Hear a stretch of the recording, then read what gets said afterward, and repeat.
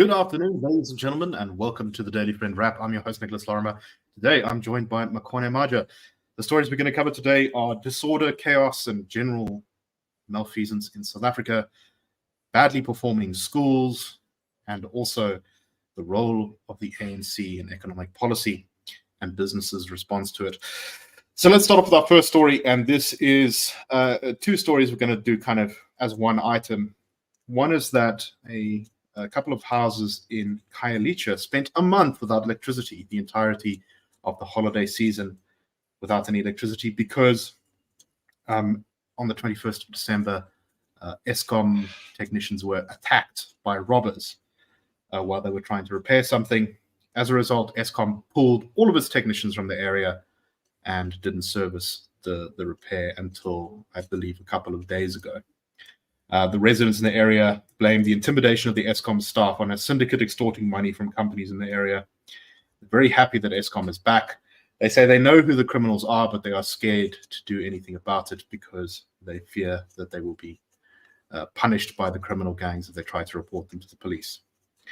At the same time, on the other side of the country, in Tembisa, an angry mob on Sunday night attacked a number of men who had accused of a number of crimes, muggings, housebreakings, and rape were what they were accused of. It goes without saying there wasn't really anything like approaching a trial. These men were tied up and stoned to death in the middle of the street. There were 6 men. 5 of them died on the scene. 1 died today from his wounds. No arrests have been made. And I would have said we heard whistles from 11 at night and the community came out. That's when we heard screaming and they began hitting them with cricket bats, and the couple of guys were killed. So these two stories together are kind of, I think, Makone, just emblematic of the sort of state of chaos and disorder that many parts of South Africa seem to have degraded into. We've seen massively worsening crime stats recently, but beyond that, we know that our crime stats aren't actually telling the full story. Why? Because so many South Africans have so little faith in the police. They are consistently the government institution that receives the lowest amount of approval from South Africans, that many people don't even bother to report to the cops. What do you make of these two stories? Not only that, Nick, it only takes a few brazen members of the community in Khayelitsha that you just mentioned to take the law into their own hands before they end up like the one in Tembisa, right? Because they're seeing a vacancy in not only visibility of police officers or of law enforcement officers, but of law enforcement in its entirety. And I don't know, it's such a conflicting conundrum to be a South African in those communities, because if you do nothing, then you sort of end up like one of those communities we covered a couple of, I think last year, July already, where in Boksburg, there were these cylinders that were leaking gas that resulted in deaths of like 17 people. So it's somewhere between that and something like Operation Dudula, or even the one in Tembisa, where you kind of have a community policing forum.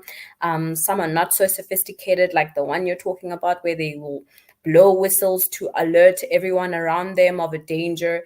But even then, you'll still end up with mob justice resulting in, again, several lives lost, or you're in Khayelitsha and you don't have any of those structures and you spend the festive season in darkness. I mean, I don't encourage people taking the law into their own hands, but at the same time, you can just sort of see how that despair, that hopelessness, that no options or leads people to end up doing things such as killing or injuring 6 people up well into those injuries leading to death or fatality. So it really is a conundrum. These people are between a rock and a hard place, but it all boils down to what you said, that there's inaction from the police, inaction as far as law enforcement and even visibility is concerned. If you don't live in the burbs where you can afford to have private security, provide security for you, then your options really are Dudula and the rock that you're gonna use to stone someone to death. So, I mean, and of course, it goes without saying that no one knows if these guys were actually guilty of anything. We may never know. Maybe some of them were guilty. Maybe some of them were not guilty. We don't know. That's, of course, the real ugliness of this. But the most basic function of any state is that it needs to provide the simple basics of law and order. And I think after 2024, whatever the government is, that is going to be an absolute priority is pulling back down our murder rate. Just one other little anecdote. I was speaking recently to an American friend who I hadn't talked to for a while. He's a guy studying economics at a PhD level. And unprompted, we hadn't talked for a while, he said, I don't want to get you down or anything, but what is going on in South Africa? And what he was referencing was the huge rise in crime that we've had. I believe in either 2021 or 2022, I'm not quite remembering, we are now somewhere like third in the world for number of murders per capita, which is much worse than previous years. We generally sit around 9th or 10th in the world. So that is, of course, a very worrying sign. Okay, let us go on to our next story. There was a little IOL story about a school, Crestway High School in the Western Cape, which is among the province's worst performing schools. This, of course, is not unusual. There are at least a couple of schools around the country which have abysmal pass rates. The national pass rate was around sort of 81%. This school, however, seems to have managed only about 36% pass rate, which is even a massive decline for this school in the past few years when they achieved over 50% pass rates in the 2 years prior.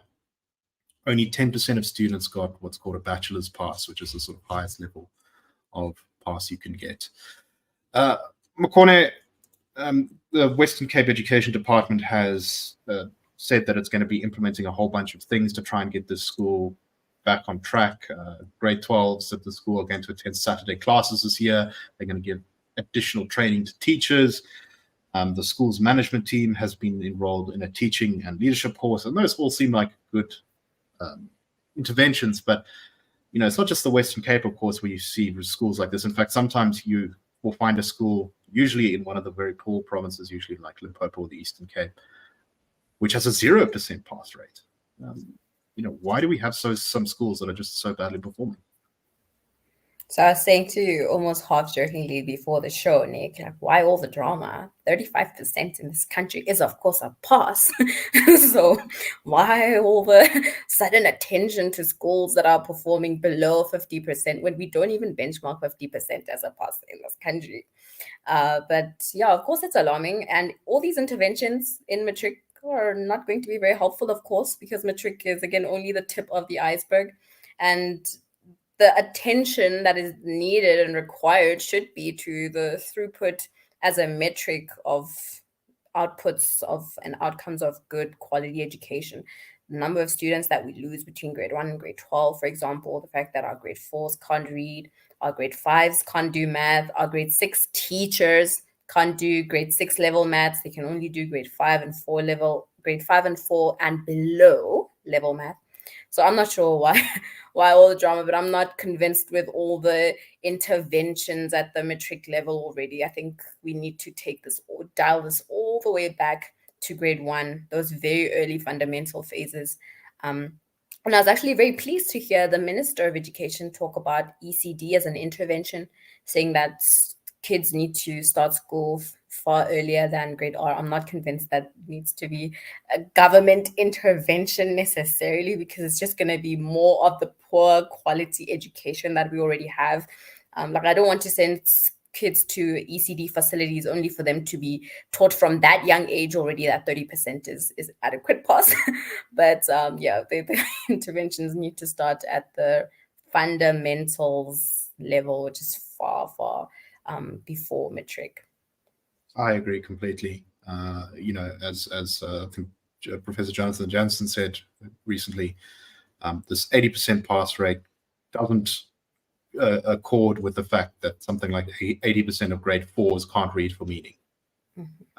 You know, what is this pass rate actually showing us if we know that in the very early stages of education, and there doesn't seem to be much evidence that this really changes throughout the education process, is that our students, generally speaking, South Africa lag way behind where they should be if you take them by an objective measure. Okay, let us move on to our last story for today. And these are some comments by the CEO of Nedbank that make me sort of want to bash my head against the table. He says some things I think here that are very correct. He was talking to CNBC Africa. He talks about South Africa is a very difficult place to invest right now. There's lots of potential. There is lots of potential in the country, however, for investment in a wide variety of areas, from mining to tourism. However, this is being held back by significant problems with policy and as well as infrastructure problems. However, he then started sort of saying that South Africa, however, does have a story to tell about how South Africa is fixing its electricity crisis, logistics, crime, and corruption. I'm not sure what South Africa he's looking at, but there doesn't seem to be very strong evidence of that right now. And this is the bit that sort of caught the attention of the headlines. He said that even if the ANC goes below 50%, it's still likely to remain in the governing seat, and so they're not going anywhere anytime soon, and therefore their policies need to be paid the most attention to. This is the bit that frustrated me so much. The ANC's policies are largely correct in addressing South Africa's major challenges, but have taken far too long to implement. No.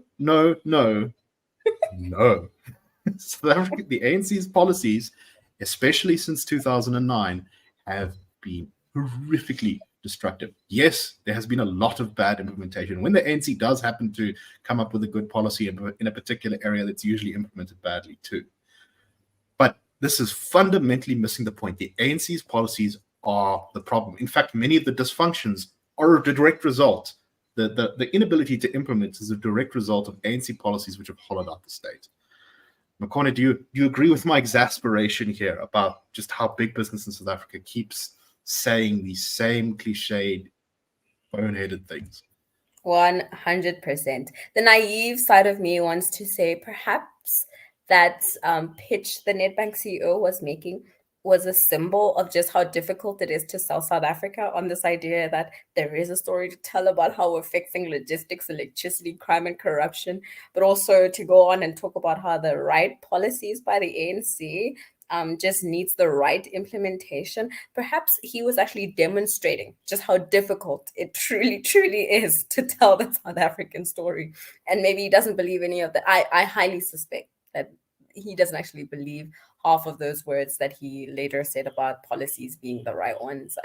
I think he's just espousing a false optimism in the ANC, but hopefully history proves him wrong, and that we can finally do a cleansing of anything ANC in about 2 to 3 elections.